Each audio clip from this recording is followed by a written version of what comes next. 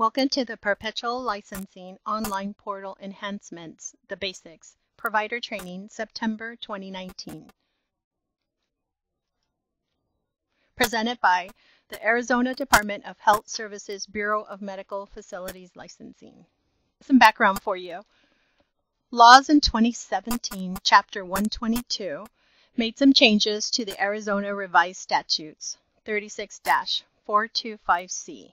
A healthcare institution license does not expire and remains valid unless, number one, the department subsequently revokes or suspends the license. Number two, the license is considered void because the licensee did not pay the licensing fee before the licensing fee due date.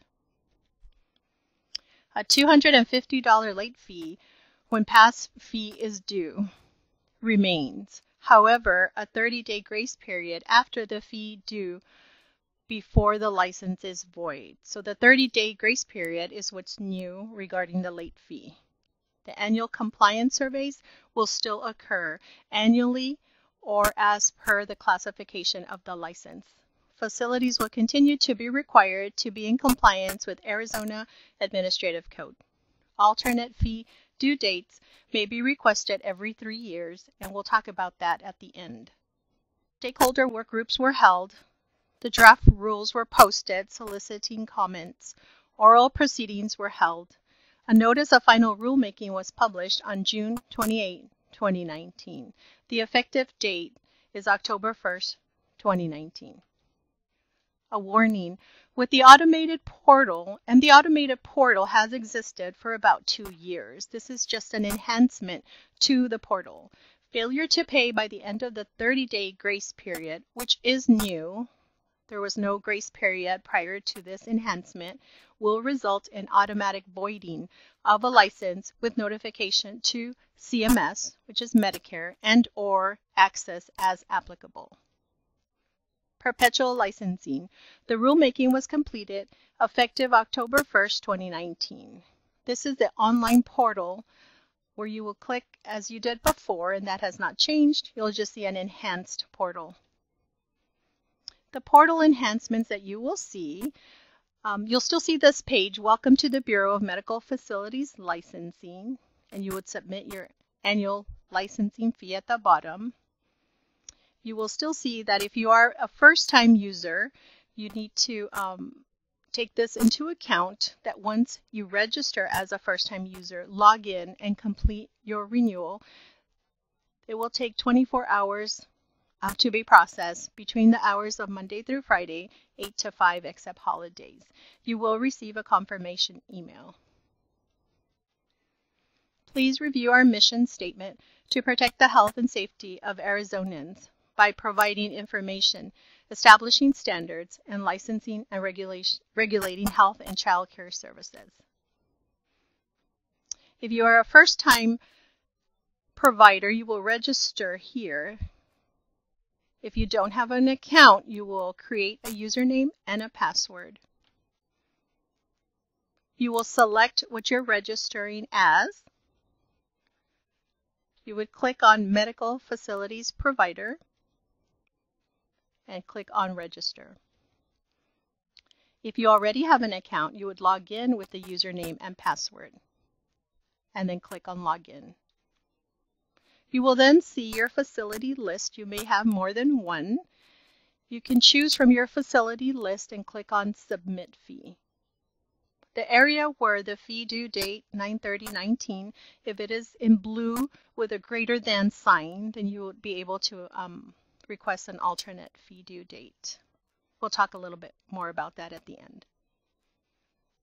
You're going to see the enhancements you will see 2 screens and then the payment screen. You will no longer see the actual application in pages.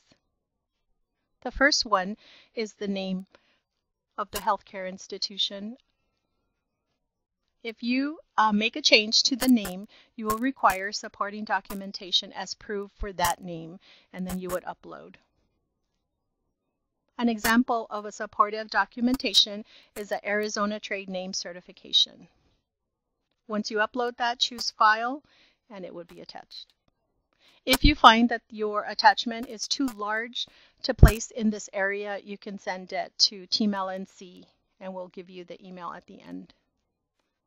The facility address in this area cannot be modified. As you can see, you'll have a pop-up box that'll tell you that the field cannot be modified and you would have to contact licensing and certification. And you're going to see these pop up and you're also going to see the email. The phone number cannot be modified, and again, you'll see this pop up to contact Team Licensing and Certification at the number. The class and subclass cannot be modified, and you'll see that message as well. If you're changing the name of the healthcare institution, it will require supporting documentation as proof of that name change. You see that above, and then you would click to continue. For the owner information, you can please select as optional. You'll see a drop-down box, and you can make a choice from that box. For the emergency contact name and phone number, you'll see that you can modify that area. You'll just have to make sure that you add information to both of the boxes and click continue. For the on the owner information page or any page, you'll see the I in blue. That's for information, so you can hover over it to see the information for that box. If you make a selection for the owner, you'll see in this example, it's limited liability partnership. You'll have to provide supportive documentation for that. You can choose a file and upload. Again, if the file is too large, you can send it to Team LNC email. If you need additional information for the owner's name, for additional owners, you can see the blue plus sign will add another name box and title. And then click on continue. You are able to modify the Chief Administrative Officer. However, if you do change that, you will need to have an effective date from the drop-down calendar. For the accrediting organization, you can choose from the drop-down below. And here's the list. You will be required to upload a current accreditation report as indicated. Please remember that we need a full report for the current cycle. The next screen will be the area for the fees. You'll see your licensing fees at the top. Then you'll move on to your enforcement fees in the middle. And then you'll see review your total amount due. Before you move on, you will have to click I acknowledge that all the information has been verified and is accurate. And then you can click on submit fee. The next screen is for your payment. Please remember that we only accept credit cards or an electronic check. MasterCard or Visa, we do not accept paper checks or money orders for you to pay your fees. Then you would click on continue.